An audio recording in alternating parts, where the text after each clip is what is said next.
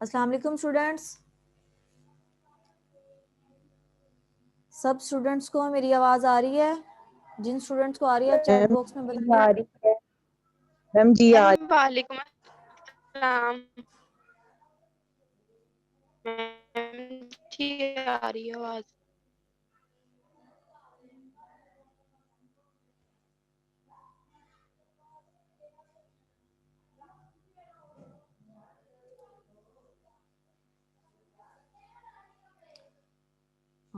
Chat box में message करके बताएं कि मेरी आवाज आ रही है आप लोगों को या नहीं।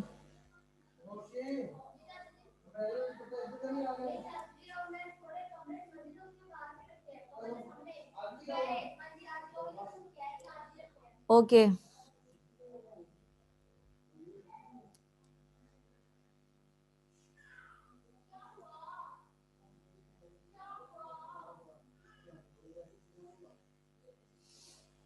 ओके स्टूडेंट्स, आज हमने जो टॉपिक स्टार्ट करना है वो नर्वस टिश्यूज का करना है। जस्ट 5 मिनट वेट कर लेते हैं ताकि स्टूडेंट्स हमें ज्वाइन कर लें। नेक्स्ट हम स्टार्ट करते हैं।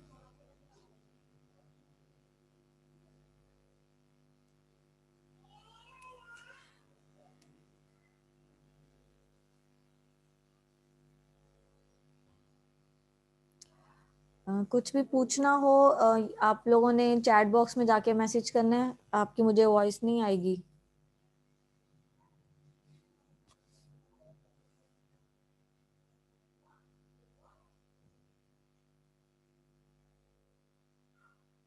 वो क्यों मैम?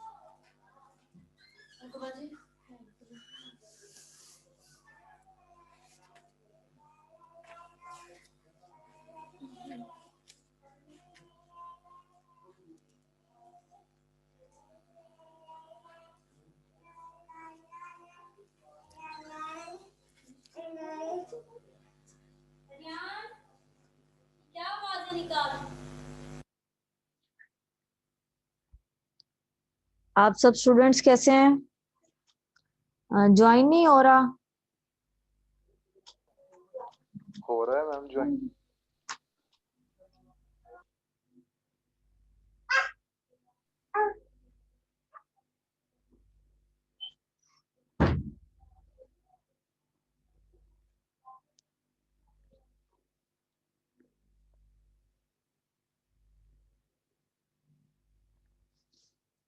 ओके स्टूडेंट्स, आज हमने नर्वस टिश्यूज के बारे में पढ़ना है। इसमें कौन से नर्वस टिश्यूज हैं, उसके अलावा हमने इनकी टाइप्स पढ़नी है और स्ट्रक्चर के हवाले से देखेंगे उनकी सेल बॉडी।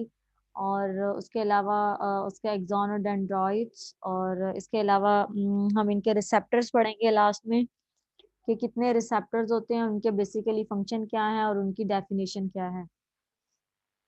सबसे पहले हमारे पास नर्वस टिश्यू की जब हम बात करते हैं तो नर्वस टिश्यू अराइज होते हैं एक्टोडर्म से।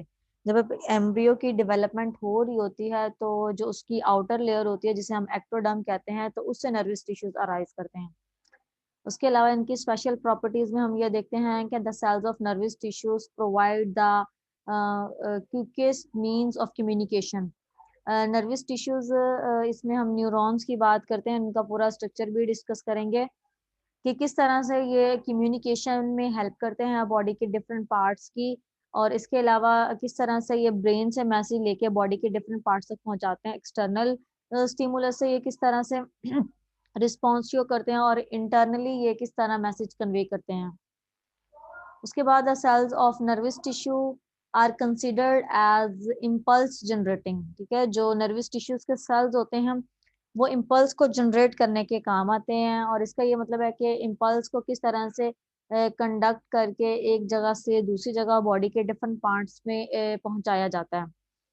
ताकि फॉर एग्जांपल अगर उसके हेड ब्रेन से मैसेज कन्वे होगा और वो मैसेज कन्वे होके फॉर एग्जांपल हेड में अगर उसकी ज़रूरत है या हैंड में उसकी ज़रूरत है, या किस तरह से फॉर एग्जांपल जब हम गरम उसकी बात करते हैं, किसी भी जो गरम चीज़ होती है उसको हम टच करते हैं, तो फ़ौरन हमारा माइंड हमें यही इम्पल्स जनरेशन होती है कि फ़ौरन से हाथ को जो है वो पीछे कर लिया जाए। इसमें जो मेन रोल होता है वो न्यूरॉन्स का होता है, इम्पल्स का होता है कि किस तरह से फ़ौरन ये ब्रेन से मैसेज आता है और फ़ौरन हम जो हैंड को है वो एक्सपेल कर लेते हैं। वह neuron possesses two important basic properties. इनमें दो बेसिक प्रॉपर्टीज होती हैं, एक होती है एक्साइटेबिलिटी और दूसरी होती है कंडक्टिविटी। एक्साइटेबिलिटी का कि किस तरह से पोलराइजेशन में, हाइपर पोलराइजेशन में, डीपोलराइजेशन में हेल्प करता है कि किस तरह से इम्पल्स जो है वो एक्टिवेट होकर डीएक्टिवेट एक्शन को किस तरह से पोटेंशियल जो है वो जनरेट होता है। Excitability is excitation by external stimulus.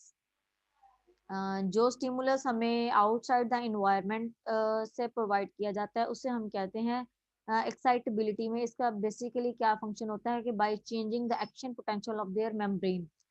ठीक है, जो मेम्ब्रेन का पोटेंशियल होता है एक्चुअल, उसको जो है वो चेंज किया जाता है, लो से हाई और हाई से लो। आपने जब एफएससी की बात करते हैं तो उसमें आपने पढ़ा होगा कि किस तरह से सोडियम और पोटेशियम के पंप जो होते हैं वो काम करते हैं और नर्व इम्पल्स की किस तरह से जनरेशन होती है। यस मैम, पढ़ा। नेक्स्ट हमारे पास है कंडक्टिविटी।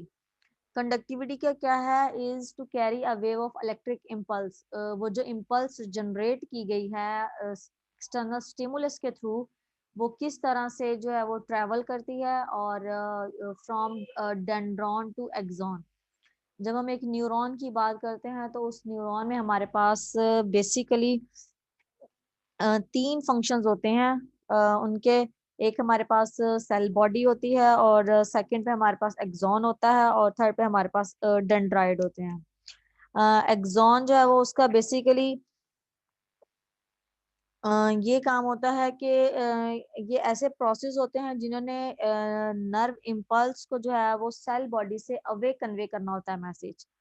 ठीक है, जब हम डेंड्राइड्स की बात करते हैं या डेंड्रॉन की बात करते हैं तो उसमें ये होता है डेंड्रॉन सिंगल को कहते हैं, और जब हम ज्यादा वर्ड प्लूरल में यूज करते हैं तो उससे हम डेंड्राइड्स कहते हैं। और इसका बेसिकली क्या होता है कि जो इम्पल्स होती है सेल बॉडी, जो मेन बॉडी होती है न्यूरॉन की, उससे जो मैसेज होता है टूवर्ड्स उसकी तरफ को लेके आना। ठीक है, लेकिन एक्सॉन में बिल्कुल ऑपोजिट होता है, वो सेल बॉडी से अवे मैसेज कन्वे किया जाता है। एक्सॉन में और डेंड्रॉन में मेन डिफरेंस ये है कि जो एक्सॉन होते हैं उनकी जो लेंथ होती है वो ज्यादा होती है, वो मीटर में की जाती है और वो लॉन्ग होते हैं, जबकि एज कम्पेयर टू जो डेंड्राइड्स होते हैं वो स्मॉल होते हैं।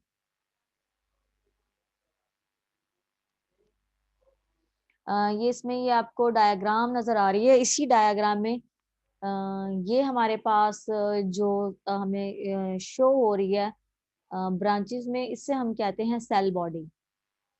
और इसी सेल बॉडी में सेम जैसे हम एनिमल और प्लांट सेल की बात करते हैं तो इसमें जो है वो न्यूट्रिएंट्स और ऑर्गेनेलिज्म मौजूद होते हैं। इसमें ये जो हमारे पास सर्कल जो हमें नजर आ रहा है इन लार्ज सा, इसे हम न्यूक्लियस कहते हैं, जो कि न्यूरॉन का न्यूक्लियस होता है। जबकि जो इसके ऑपोजिट में हमारे पास ब्रांच लाइक स्ट्रक्चर या ट्री लाइक जो इससे अराइजेस हो रही है, इनको हम डेंड्राइट्स कहते हैं।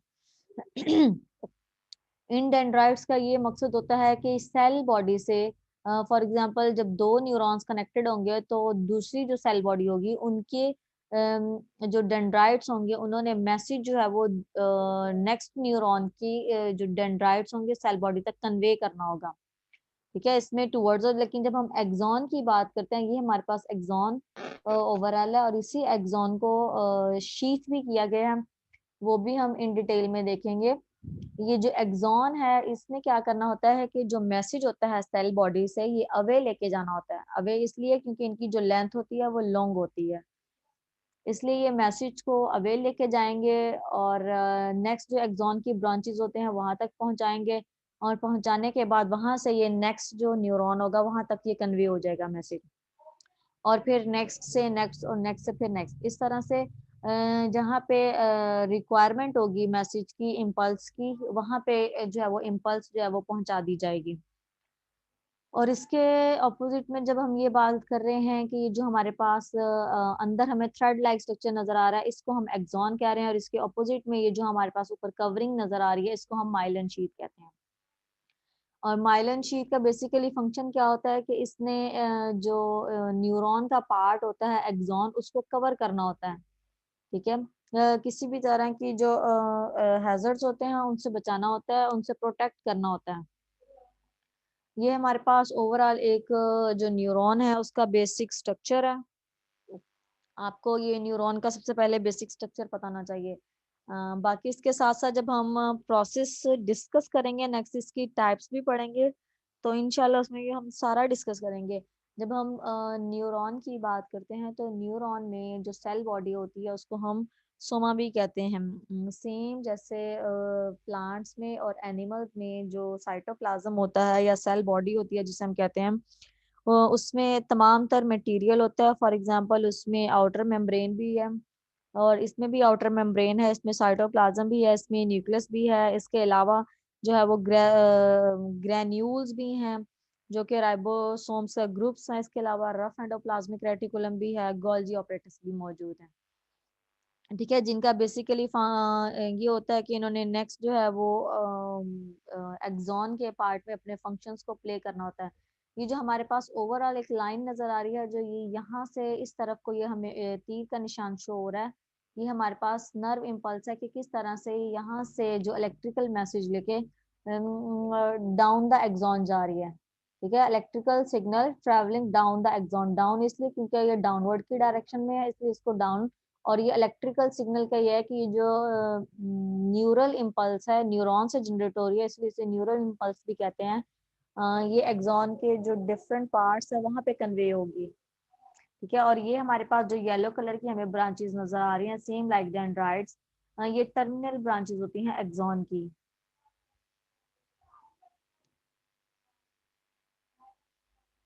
यहाँ तक आपको समझ आ गया? नहीं कौन है उसको मुबारक हो, वो होस्ट बन गई हैं।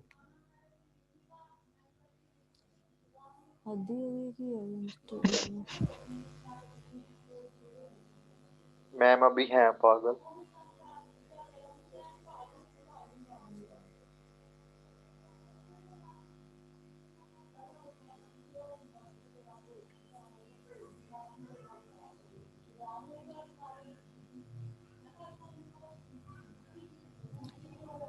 यहाँ तक आपको समझ आ गई है स्टूडेंट्स? मेरी आवाज आ रही है? जी मैम आ रही है।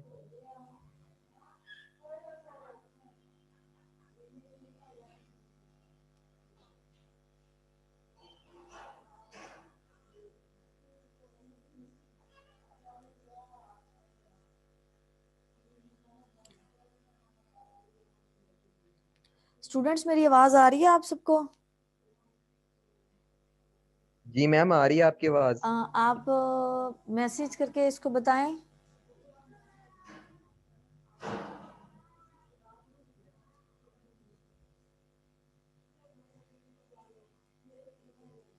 ओके,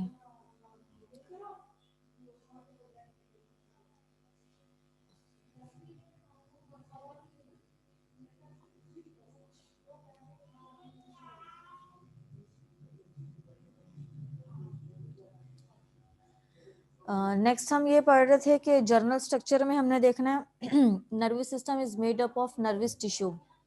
ठीक है, वो नर्वस टिश्यू से मिलके बना होगा। Nervous tissue is composed of, वो किसके मिले बना होगा? सेल से, नर्व सेल से। हम पहले ही बात करते हैं जब लेवल ऑफ ऑर्गेनाइजेशन की बायोलॉजी में, तो हमें इस बात का पता है कि जो सेल्स होते हैं वो मिलके बनाते हैं टिश्यूज को, और जो टिश्यूज होते हैं वो आपस में मिलके बनाते हैं ऑर्गन्स को। सेम इसी तरह से जो नर्वस टिश्यू है वो हमारे पास नर्व सेल से मिलके बना है, जिनको हम न्यूरॉन्स भी कहते हैं। और ये स्पोर्टिव सेल्स होते हैं, और इनको क्या कहते हैं हम? न्यूरोग्लिया या फिर गिलिया सेल्स। ठीक है,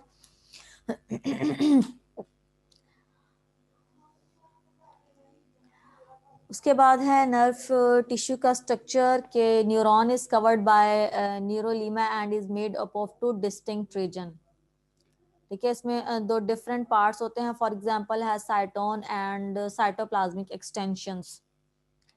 साइटोन की हम बात करते हैं, साइटोन सेम जो है वो सेल बॉडी को कहते हैं और इसी को हम क्या कहते हैं, पेरिकार्योन और या फिर इससे सोमा भी कहते हैं।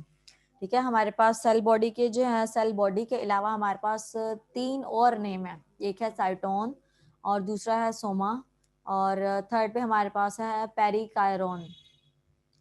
और इसमें ये है कि ग्रैनुलर जो है वो साइटोप्लाज्म भी होता है। इसके अलावा large number of network of neurofibrils भी होती हैं जो कि नेक्स्ट फाइबर्स बनाती हैं। और इसके अलावा सेल ऑर्गेनेलिज भी होते हैं। सेल ऑर्गेनेलिज में हमारे पास, मैंने आपको पहले इसमें बताया कि इसमें माइटोकॉन्ड्रिया है जो कि एनर्जी प्रोडक्शन में हेल्प करता है। इसके अलावा गोल्जी कॉम्प्लेक्स है जो कि सिक्रीशंस में हेल्प करता है। इसके अलावा रफ एंडोप्लाज्मिक रेटिकुलम है और सेंट्रल प्लेस न्यूक्लियस है। न्यूक्लियस बिल्कुल इसका सेंटर में होगा, बाकी की जितने भी बॉडी पार्ट्स हैं वो की मूव कर सकते हैं। The granules present in cytoplasm are conical. ठीक है, उनकी कोनिकल जो है वो शेप होगी और रिच इन आरएनए। उसमें आरएनए जो है वो ज्यादा मिकदार में होगा और आरएनए का बेसिकली क्या फंक्शन होता है कि उसने प्रोटीन की सिंथेसिस करवानी होती है। और these granules are called nasal granules. Next, जब हम साइटोप्लाज्मिक एक्सटेंशंस की बात करते हैं, साइटोप्लाज्मिक एक्सटेंशंस में हमारे पास seen arising from the cyton namely. ठीक है, इसमें हमारे पास सेल बॉडी में कौन कौन सी एक्सटेंशंस है, एक हमारे पास डेंड्रॉन्स हैं और एक हमारे पास एक्सॉन्स हैं। एक्सॉन्स हमारे पास वो प्रोसेस हैं जो कि away from the body cell body होते हैं और एज ऑपोजिट जब हम डेंड्रॉन की बात करते हैं या डेंड्राइट्स की बात करते हैं तो हमारे पास ये प्रोसेस ऐसे होते हैं जो कि सेल बॉडी जो होती है उसके टूवर्ड्स मूव करते हैं नर्व इम्पल्स को। ठीक है, मैम आपकी वॉइस जो नहीं आ आपको रही पहले क्लियर। बताया था उसमें ये था कि न्यूरॉन का बेसिक स्ट्रक्चर था। आवाज नहीं आ रही मेरी? मैम क्लियर नहीं आ रही।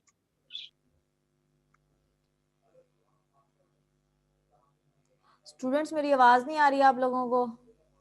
एक आप इतनी लेट क्यों रिस्पॉन्स करते हैं? बताएं अगर मेरी आवाज नहीं आ रही तो। मैम मैम अभी आपकी कट आवाज कट के आने लगी है।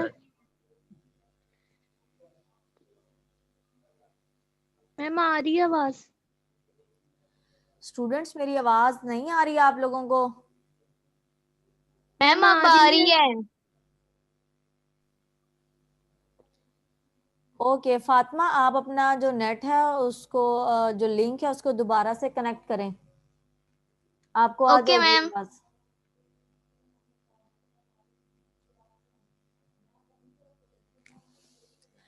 ओके, नेक्स्ट जो हमने डेंड्राइट्स और जो एक्सॉन्स पढ़े हैं, नेक्स्ट हम उनकी डिटेल पढ़ेंगे। स्टूडेंट्स, आपने अपनी अटेंडेंस जो है वो क्लास का व्हाट्सएप का ग्रुप है उसमें मार्क करनी है अपने सीरियल नंबर और नेम कंप्लीट के साथ। उसके बाद डेंड्राइट्स की हम बात करते हैं कि डेंड्राइट्स ये प्लूरल में आ गया है और इसमें मतलब एक से ज़्यादा होंगे। आर्थिन वो उनकी जो लेंथ हम विड्थ की बात करते हैं वो थिन होती है और इसके अलावा स्मॉल साइटोप्लाज्मिक एक्सटेंशंस हैं। ठीक है, स्मॉल इसलिए हैं क्योंकि जो इनका साइज है एज कम्पेयर टू एक्सॉन के वो स्मॉल होता है। एक्सटेंशंस की ये बात ये कि जो साइटोप्लाज्म से जो है बाहर की तरफ मूव कर रही हैं। Seen in the periphery of the साइटोन, जो सेल बॉडी होती है उसकी पेरिफ्री साइड पे हमें जो साइटोप्लाज्मिक एक्सटेंशन स्मॉल में और थिन नजर आती हैं उनको हम डेंड्राइट्स कहते हैं। These are many in numbers and break into numerous fine branches which help to carry the impulse। ठीक है, ये नंबर्स में काफी ज्यादा होती हैं और ये ब्रेक करके नेक्स्ट ब्रांच से ब्रांच बना जाती हैं, सेम इसी तरह से जैसे हम ट्री की बात करते हैं। तो ओवरऑल एक स्टैम्प में से जब डिफरेंट ब्रांचेस निकलती हैं और उन ब्रांचेस में से मिनी ब्रांचेस निकलती हैं, सेम इसी तरह से ही डेंड्राइट्स में होता है। और इनका बेसिकली क्या काम होता है कि इन्होंने जो नर्व इम्पल्स होती है उसको कैरी करके सेल बॉडी की तरफ लेके जाना होता है। And are provided with few of the neurofibrils. और इनकी कुछ जो बेसिकली बॉडी की तरफ न्यूरोफिब्रिल्स भी मौजूद होते हैं जो कि इनको उसी जगह पे मौजूद रखते हैं, लोकेशन चेंज नहीं करते हैं। और नेक्स्ट हम बात करते हैं एक्सॉन की। एक्सॉन जो है वो जब हम एक न्यूरॉन की बात करते हैं तो उसमें जस्ट एक सिंगल एक्सॉन होगा, उसके एक से ज़्यादा एक्सॉन नहीं होंगे, और उसका जो साइटोप्लाज्मिक प्रोसेस है और वही जो हमारे पास सिंगल एक्सॉन है वो लार्ज होगा, ठीक है, लॉन्ग होगा, और उसकी जो लेंथ है वो ज़्यादा होगी, और इससे हम कहेंगे साइटोप्लाज्मिक प्रोसेस, ठीक है। और इसका बेसिकली क्या फंक्शन होगा कि इसने सेल बॉडी से जो इम्पल्स होगी वो away from the cell body लेके जानी होगी टुवर्ड्स न्यू न्यूरॉन, ठीक है। जब हम नेक्स्ट न्यूरॉन की बात करते हैं तो उस तरफ इसको लेके जाना होगा। और it is lined by axonal membrane, इसमें जो है वो इसकी साइड पे जो है वो एक्सोनल मेम्ब्रेन भी होती है जो कि साइटोप्लाज्म को इनक्लोज करती है। फॉर एग्जांपल हम ये इसकी बात करते हैं, ये हमारे पास साइटोप्लाज्म है, और सेम इसी तरह से जैसे हम सेल मेम्ब्रेन की बात करते हैं प्लांट और एनिमल सेल में, तो सेम इसी तरह से यहाँ पे सेल बॉडी को साइटोप्लाज्म को इनक्लोज करने के लिए यहाँ पे हमारे पास एक मेम्ब्रेन मौजूद होती है जिसे हम एक्सोनल मेम्ब्रेन कहते हैं, और वो क्या कहलाती है, एक्सोप्लाज्म। एक्सोप्लाज्म इसलिए कहलाती है क्योंकि वो साइटोप्लाज्म को इनक्लोज कर रही होती है, उसको बाउंड करती है। और it contains large number of mitochondria इसमें होते हैं, रफ एंडोप्लाज्मिक रेटिकुलम होता है, न्यूरोफिब्रिल्स होते हैं, और but lake nasal granules and Golgi complex. जब हम एक्सॉन की बात करते हैं इसमें बॉडी के जो बाकी के ऑर्गेनेलिज होते हैं वो तो मौजूद होते हैं, लेकिन यहाँ पे ना तो गोल्जी कॉम्प्लेक्स होता है और ना ही नेजल ग्रैन्यूल्स होते हैं। नेजल ग्रैन्यूल जो मोस्टली हमारे पास हैं, इनका बेसिकली फंक्शन ये होता है कि इन्होंने आरएनए जो है वो रिच होता है, और आरएनए रिच होने की वजह से इन्होंने प्रोटीन की सेंसिस करवानी होती है। जब हम एक्सोनल पार्ट की बात करते हैं तो उसमें हमें प्रोटीन सेंसिस की रिक्वायरमेंट नहीं होती, और गोल्जी कॉम्प्लेक्स का बेसिकली ये फंक्शन होता है कि ये सिक्रीशंस में इन्वॉल्व होते हैं। उसके बाद the axon throughout the length is wrapped by Schwann cells, ठीक है। यहाँ पे जो मैंने अभी आपको ये बात की कि ये जो डिफरेंट जो सेल्स होते हैं जो एक्सॉन को कवर कर रहे होते हैं, उनको हम ओवरऑल जो है वो शीथ भी कहते हैं, माइलन शीथ। और नेक्स्ट हम इनकी सेल्स की जब हम बात करते हैं, ये हमारे पास शेवान सेल्स होते हैं। और शेवान सेल्स क्या करते हैं, सिक्रीट अ लिपिड, इन्होंने एक लिपिड जो है वो सिक्रीट करना होता है, और उसने क्या करना होता है, lipid covering which forms a insulating Mylan sheath. और इसी लिपिड ने जो है वो माइलन शीथ जो है उसको बनाना होता है, जिसकी वजह से ये होता है कि जो पूरा एक्सॉन होता है पूरी माइलन शीथ से वो कवर हो जाता है, ठीक है। और इसी माइलन शीथ की कवर होने की वजह से ये जो डिफरेंट एक्सॉन जो होता है वो डिफरेंट हैजर्ड से सेल में जो है वो प्रोटेक्टेड रहता है। और the terminal end of axon, जो इसका लास्ट का पोर्शन होता है एक्सॉन का, in both myelinated and non myelinated neurons, non myelinated neurons वो होते हैं जो कि माइलन शीथ से कवर नहीं होते, ठीक है। उसमें जस्ट जो है वो एक्सॉन होगा, माइलन शीथ से वो कवर नहीं होंगे, उनको हम नॉन माइलिनेटेड न्यूरॉन्स कहेंगे। और इसका जो टर्मिनल एंड है वो क्या शो करेगा, presence of many swollen knob like structures, इसमें एक knob like structures होता है जो कि फूला हुआ होता है, जिसको हम कहते हैं टीलोटेंड्रोन्स, ठीक है। और इसको हम टीलोटेंड्रोन्स कहेंगे जो कि नोब लाइक स्ट्रक्चर होगा और थोड़ा फूला हुआ होगा। These are filled with neurosecretory materials, इसमें न्यूरोसेक्रेटरी मटेरियल्स होते हैं जिनको हम फॉर एग्जांपल एसिटाइलिन और एड्रेनालिन जो कि हार्मोनल्स हैं, न्यूरोट्रांसमीटर्स हैं, which act as a neurotransmitters, ठीक है। इन्होंने न्यूरोट्रांसमीटर्स के तौर पे एक्ट करना होता है, और इनका बेसिकली नेक्स्ट हम ये फंक्शन पढ़ेंगे कि किस तरह से ये एक न्यूरॉन से दूसरे न्यूरॉन में साइनेप्सिस के थ्रू मूव करके नेक्स्ट न्यूरॉन को जो है वो मैसेज कन्वे करते हैं। ये एक तो आपको न्यूरोसेक्रेटरी मटेरियल्स इनका पता होना चाहिए, इसके अलावा एसिटाइल कोलिन और एड्रेनालिन है, और जो कि as a neurotransmitters act होते हैं, शो होते हैं। इसके अलावा कुछ न्यूरॉन्स ऐसे भी हैं, फॉर एग्जांपल जब हम माइलिनेटेड न्यूरॉन्स की बात करते हैं तो जो इम्पल्स होती है वो नोड से नोड जो है वो ट्रेवल करती है। फॉर एग्जांपल ये हमारे पास एक एक्सॉन है और इसकी जो कवरिंग की गई है इसे हम माइलिन शीथ कह रहे हैं, और ये हमारे पास नोड 1 है और ये हमारे पास नोड सेकंड है। ठीक है, जहाँ पे शीथ जो है वो खत्म हो रही है, जहाँ पे वो बाउंडिंग खत्म हो रही है, वहां पे हमारे पास नोड बनती है। ठीक है, और ये एक्सॉन का ऐसा पार्ट होता है, यहाँ पे डायग्राम में इतना शो नहीं हो रहा, लेकिन ये एक्सॉन का ऐसा पार्ट होता है जो कि कवर नहीं होता। जब हम ये बात करते हैं कि इम्पल्स जो है वो ट्रेवल कर रही है, जो माइलिनेटेड न्यूरॉन्स होते हैं उसमें जो इम्पल्स ट्रेवल कैसे करती है कि ये एक नोड से जंप करके दूसरे नोड तक आ जाती है और दूसरे नोड से फिर ये थर्ड नोड पे आ जाती है और इस तरह से ये नोड से नोड ट्रेवल करती है। तो इस तरह की जो इम्पल्स होती है उसको हम सॉलिटेटरी इम्पल्स कहते हैं।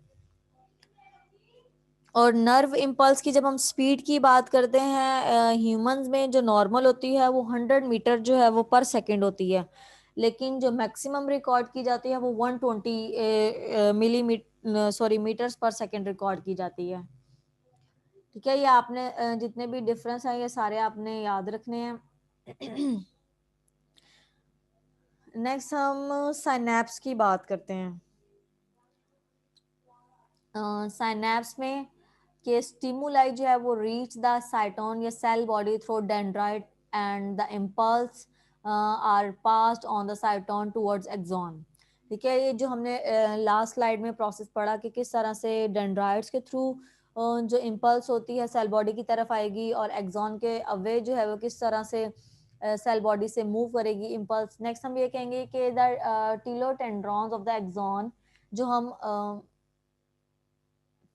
जिसकी हम नोब लाइक की बात की गई थी, ये सेम वही यहाँ पे एक्सॉन जो है वो खत्म हो रहा है और इसकी एक्सॉन का ये टर्मिनल पार्ट है। ये एक्सॉन का टर्मिनल पार्ट है जो कि नोब लाइक जो है वो शो हो रहा है और इसी नोब लाइक में हमारे पास जो है वो न्यूरोसिक्रेटरी सेल्स मौजूद हैं। न्यूरोसिक्रेटरी सेल्स हम उन्हीं एसिटाइल कोलिन और एड्रेनालिन को कह रहे हैं जो कि एज ए न्यूरोट्रांसमीटर एक्ट करते हैं। ठीक है, ये हमारे पास न्यूरोट्रांसमीटर मॉलिक्यूल भी दिखाए गए हैं। इसमें हमने ये देखना है कि इसी जो नॉर्म लाइक जो स्ट्रक्चर है एक्सॉन का, इसमें one neuron comes in close functional apposition between the dendrites of the other neuron. ठीक है, फॉर एग्जांपल ये एक न्यूरॉन है और ये दूसरा न्यूरॉन है। एक न्यूरॉन का जो एक्सॉन होगा और दूसरे न्यूरॉन के डेंड्राइट के साथ जो है वो सिनेप्स बनाएगा। और हम ये नहीं कह सकते कि जो दोनों न्यूरॉन्स के डेंड्राइट्स या दोनों न्यूरॉन के एक्सॉन्स। ठीक है, उसमें जब कंडीशंस आएंगी तो उसमें नेक्स्ट भी हम देखेंगे कि वो किस तरह से उनमें सिनेप्सिस होती है। This type of functional contact between the axons and the dendrites of the two different neurons is called synapse। और इसी को ही हम synapse कहते हैं जब दो डिफरेंट न्यूरॉन्स के एक न्यूरॉन का एक्सॉन पार्ट और दूसरे न्यूरॉन का जो है वो डेंड्राइट पार्ट जो है आपस में कांटेक्ट करते हैं, इसी को हम साइनैप्स कह रहे हैं। ठीक है, इसमें यही हमारे पास साइनैप्स है। ये जो गैप है इसकी भी हम देखेंगे। ये हमारे पास एक न्यूरॉन का जो है वो एक्सॉन पार्ट है और ये दूसरे न्यूरॉन का हमारे पास डेंड्राइट पार्ट है। नेक्स्ट हमें ये देखना है कि the impulse from one neuron passes to another neuron only through synapse. और ये जो न्यूरॉन से न्यूरॉन जो इम्पल्स जो है वो पास होती है, मूव करती है, ये साइनैप्स के थ्रू होती है। अगर साइनैप्स नहीं होगा तो नर्व जो है वो पास नहीं करेगी। और the space enclosed between the telotendron of the first neuron and the cyton of the second neuron of forms synaptonemal complex। ठीक है, ये जो हमारे पास स्पेस शो हो रही है इसी स्पेस को ये नाम दे रहे हैं कि एक जो न्यूरॉन है उसका टीलोटेंडन पार्ट जिसको हम नोब लाइक स्ट्रक्चर भी कह रहे हैं उसके दरमियान में, और जो सेकंड न्यूरॉन है उसका जो साइटोन है सेल बॉडी है उसके दरमियान में जो गैप है उसको ये कह रहे हैं कि सिनैप्टोनीमल complex. In this region, the end bulb of first neuron releases its content। और ये जो हमारे पास स्पेस शो हो रही है जिस स्पेस में ये दोनों न्यूरॉन्स के पार्ट्स कनेक्टेड हैं, और यहाँ पे इन्होंने एंड बल्ब जिसको हम नोब भी कहते हैं, और इसी नोब से ये हमारे पास जो वेजिकल है, इन वेजिकल में हमारे पास न्यूरोट्रांसमीटर्स हैं वो मौजूद हैं, वो इसमें बाउंड हैं। यही न्यूरोट्रांसमीटर्स जो वेजिकल्स के थ्रू जो है ये स्पेस में रिलीज कर जाएंगे, ठीक है। और जिसको हम न्यूरोट्रांसमीटर कहते हैं ऑन एक्साइटेशंस, ठीक है। और इन्हीं की जो नेक्स्ट हमारे पास न्यूरॉन था, फॉर एग्जांपल ये जो हमारे पास जिस न्यूरॉन के डेंड्राइट्स हैं ये हमारे पास जो है वो रेस्ट फॉर्म में है, जबकि हम अबव जो न्यूरॉन है उसकी बात करते हैं वो एक्शन में है, तो ये रेस्ट में है। जब न्यूरोट्रांसमीटर्स वेसिकल्स के थ्रू इसकी जो मेम्ब्रेन है वहां से रिलीज होंगे, जो नेक्स्ट न्यूरॉन के डेंड्राइट पे अटैक करेंगे, वहां पे बाइंड करेंगे रिसेप्टर साइट के साथ, ठीक है। रिसेप्टर साइट एक ऐसी साइट होती है जहां पे आप न्यूरोट्रांसमीटर्स, हार्मोन्स या प्रोटीन जब डिफरेंट बाइंड करती हैं तो जो नेक्स्ट रिएक्शन होता है वो शो होता है, जिसके इन रिस्पॉन्स में जो सेल होता है उसकी जो ऑर्गेनेलिज और डिफरेंट जो बॉडी पार्ट्स होते हैं वो एक्टिवेट होते हैं। एक्टिवेट होने के साथ साथ वो अपने फंक्शंस को परफॉर्म करते हैं, जब तक कि रिसेप्टर साइट के साथ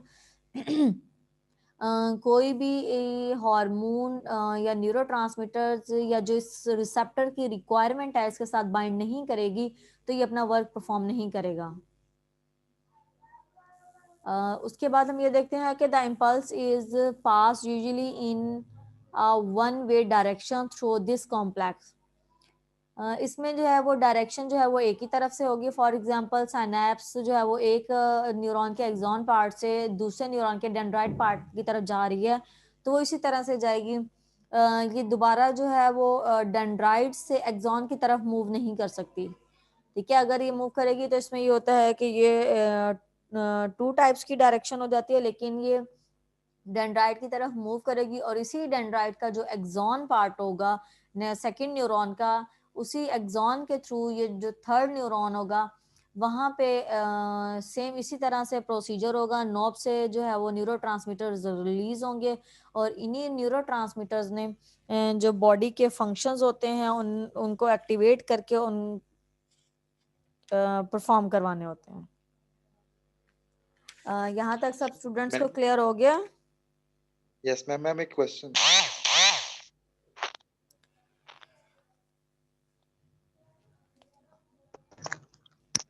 न्यूरोट्रांसमीटर्स जो है वो बेसिकली ऐसे केमिकल्स होते हैं, ये हम जैसे हार्मोन्स की बात करते हैं, सेम केमिकल्स का आपको ये पता है कि ये क्या इन्होंने काम करना होता है कि ये ऐसे केमिकल्स होते हैं जो कि रिलीज्ड होते हैं एक्सॉन की टर्मिनल पार्ट से, ठीक है। जो न्यूरॉन का होता है और इसका सिनेप्सिस में रोल होता है। फॉर एग्जांपल इसमें न्यूरोट्रांसमीटर हमारे पास एड्रेनालिन है, एसिटाइल कोलिन है, सेरोटोनिन है, डोपामाइन है, और इसमें एसिटाइल जो कोलिन है ये हमारे पास मेन ट्रांसमीटर होता है न्यूरोट्रांसमीटर सिनेप्सिस के लिए, ठीक है। ये जस्ट वाहिद जो है वो न्यूरोट्रांसमीटर होता है जो कि सेंट्रल नर्वस सिस्टम से आउटसाइड जो है वो प्रेजेंट होता है। बाकी जितने भी हम न्यूरोट्रांसमीटर्स की बात करते हैं वो सेंट्रल नर्वस सिस्टम के इनसाइड ही मौजूद होते हैं। स्टूडेंट्स आपका कोई क्वेश्चन अगर किसी स्टूडेंट्स को यहाँ तक समझ ना आई हो? मैम ये जो न्यूरोट्रांसमीटर रिलीज होते हैं आपने इधर लिखा हुआ है एक्साइटेशन के जरिए, एक्साइटेशन से क्या मुराद है इधर?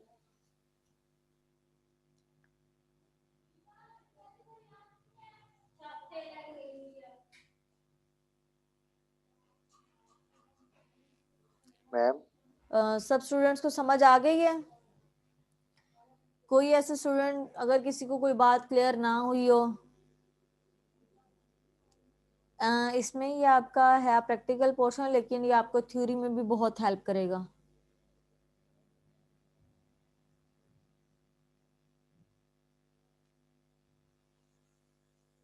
नहीं, मुझे किसी की आवाज नहीं आ रही। मैं जस्ट आपके मैसेज जो है वो देख सकती हूँ और वहां से मैं आपको बता सकती हूँ कि मुझे आपकी आवाज नहीं आ रही किसी भी स्टूडेंट की।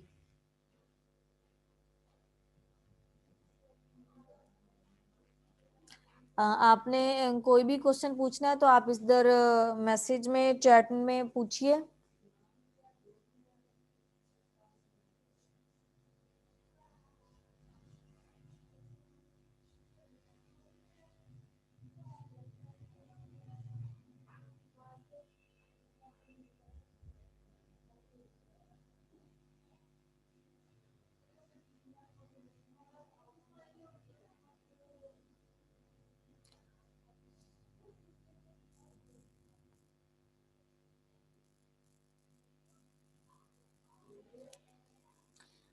एक्साइटेशन का ये मतलब होता है कि जैसे एक्सटर्नल स्टिमुलस जो है वो नर्वस सिस्टम होता है उसको मिलेगा, तो उसके इन रिस्पॉन्स में जो नर्व होती है, नर्व इम्पल्स होती है, वो एक्सॉन से जो है वो मूव करेगी, डेंड्राइट से और एक्सॉन से मूव करेगी। और इसी मूव के दौरान में इसमें मैंने आपको पहले ही बात बताई, इसमें फॉर एग्जांपल कि ये ब्रेन से जो है वो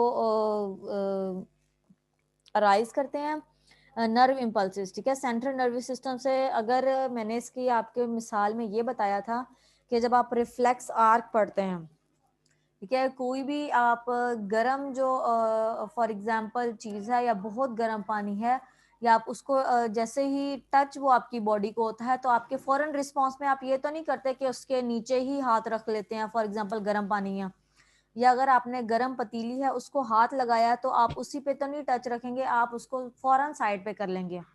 और ये जो फौरन साइड पे करने का मैसेज है ये हमारा ब्रेन ही करता है, और इसको हम नर्व इम्पल्स ही कहते हैं।